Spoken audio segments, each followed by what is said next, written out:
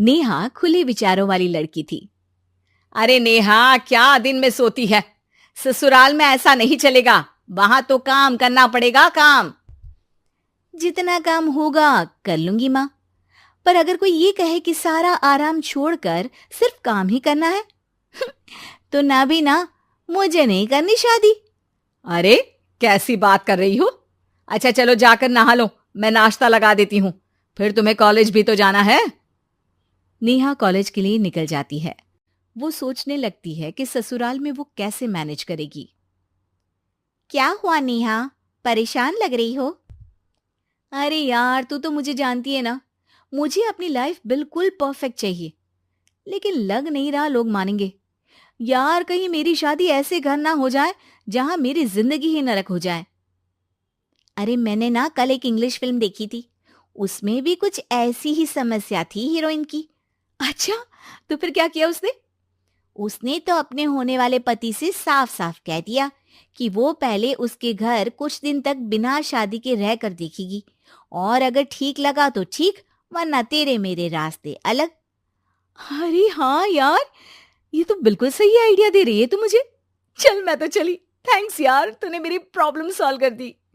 ये बोलकर नेहा खुशी खुशी वहां से निकल जाती है, लेकिन पीछे से उसकी सहेली कहती है, अरे नेहा, नहीं नहीं, कुछ नहीं सुनना मुझे। ये बोलकर वो वहां से चली जाती है। हे भगवान, पूरी बात सुने बिना ही चली गई। अरे वो तो विदेशी फिल्म थी, वहां सब चलता है, लेकिन ये तो भारत है, सभ्यता और संस्कारों वाला देश, जहां शादी से पहले लड़की को ससुराल में नहीं रखा जाता। खैर, नेहा मस्त होकर घर आती है। नेहा, कल तुझे लड़के वाले देखने आने वाले हैं, और हाँ, इस बार कोई बहाना नहीं चलेगा। हाँ हाँ, आने दो आने दो, मैं तैयार हूं शादी के लिए। अगले दिन लड़के वाले आते हैं, जहां लड़का कहता है, मुझे अकेले में लड़की से कुछ पूछना है। हाँ हाँ, क्यों नहीं बेटा, जाओ नेहा, घर तो दिखा दो इन्हें। नेहा भी खुश हो जाती है कि उसे मौका मिल गया है लड़के से अपनी शर्त रखने का। देखो, मुझे ना शादी से बहुत डर लगता है। पता नहीं कैसी लड़की आए, तालमेल बना पाए कि नहीं मेरे परिवार से। मैंने कई घरों में रोज का क्लेश होते देखा है। तुमने तो मेरे दिल की बात कर दी। मैं भी यही सोच रही थी कि भाई सास तो अच्छी होनी चाहिए, पति सपोर्ट करे ना करे, रहना तो पूरे दिन सास के साथ है। लेकिन मेरे पास ना इसके लिए एक बहुत अच्छा आइडिया है। अच्छा, कैसा आइडिया? क्यों ना शादी के पहले मैं कुछ दिनों तक तुम्हारे घर आकर रह लूं, तुम लोग मुझे समझ लेना, मैं तुम लोगों को समझ लूंगी।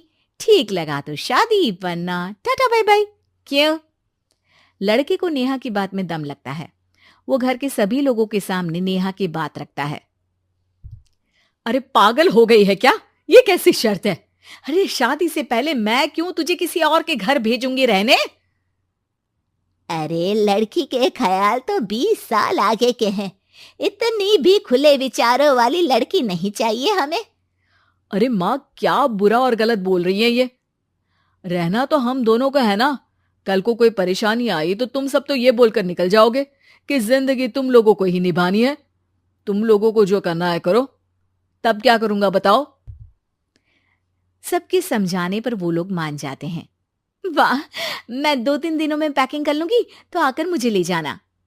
और नेहा पहुंच जाती है विशाल के घर। आओ आओ, ये रहा तुम्हारा कमरा। इस घर में तुम एज अ गेस्ट रहो, लेकिन माँ तुम्हें बहू की तरह ही ट्रीट करेंगी, और तुम भी उन्हें सास की तरह ही रखना। बस फिर क्या था, शुरू हो जाता है लिव इन सास बहू का ड्रामा।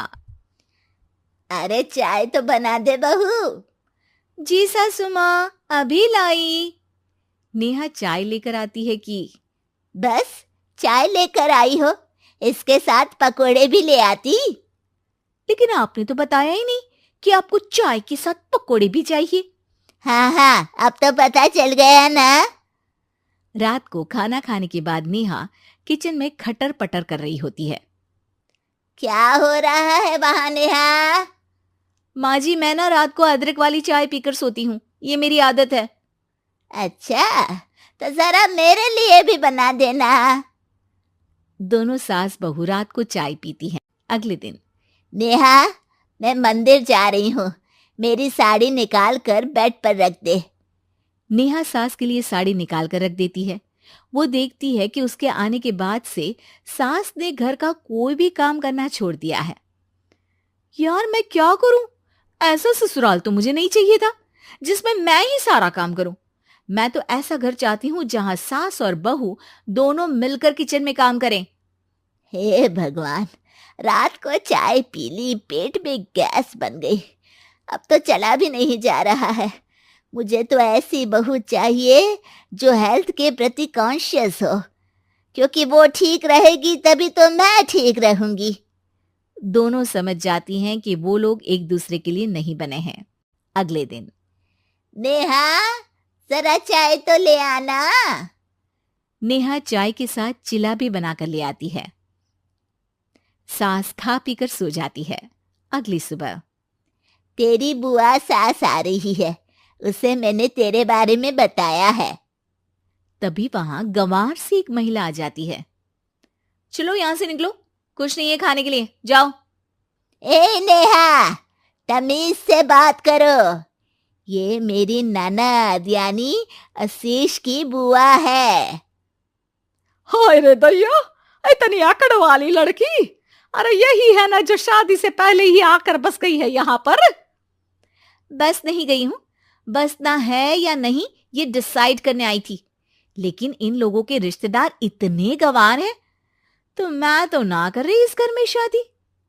और भाभी, और क्या कमी थी हमारे आशीष में जो आपने ऐसी लड़की की शर्तों को मान लिया? अरे वो तो आशीष के कहने पर मैं झुक गई, वरना ऐसी लड़की को तो मैं घर में घुसने भी ना दूं। ए हेलो, ऐसी लड़की कैसी लड़की? हाँ, बिना समझे बुझे शादी कर लूं? अब तो समझ गई ना कि हम लोग गांव के हैं। भाभी को खाट पर सोना और रिश्तेदारों का गांव से आना जाना तो लगा ही रहना है इस घर में। हाँ हाँ, मैं तो किसी मॉडर्न घर में शादी करूंगी। ये बोलकर नेहा वहां से चली जाती है। अपने घर में आकर नेहा कहती है, ना मां ना, लिव इन में रहकर देख लिया, ये गांव के लोगों का कोई भरोसा नहीं है। खैर, नेहा की शादी एक मॉडर्न घर में हो जाती है जहां सास कहती हैं, हे नेहा, मैं टेनिस खेलने जा रही हूं, आओ तो जूस बनाकर रखना और हाँ, वॉलनट्स और ओट्स भी बना लेना। जी माँ। माँ मॉम बोलो डार्लिंग, माँ इज ओल्ड फैशन। बेचारी नेहा सर पर हाथ रख लेती है। हे भगवान, ये सास तो सास ही होती है, गांव की हो या शहर की।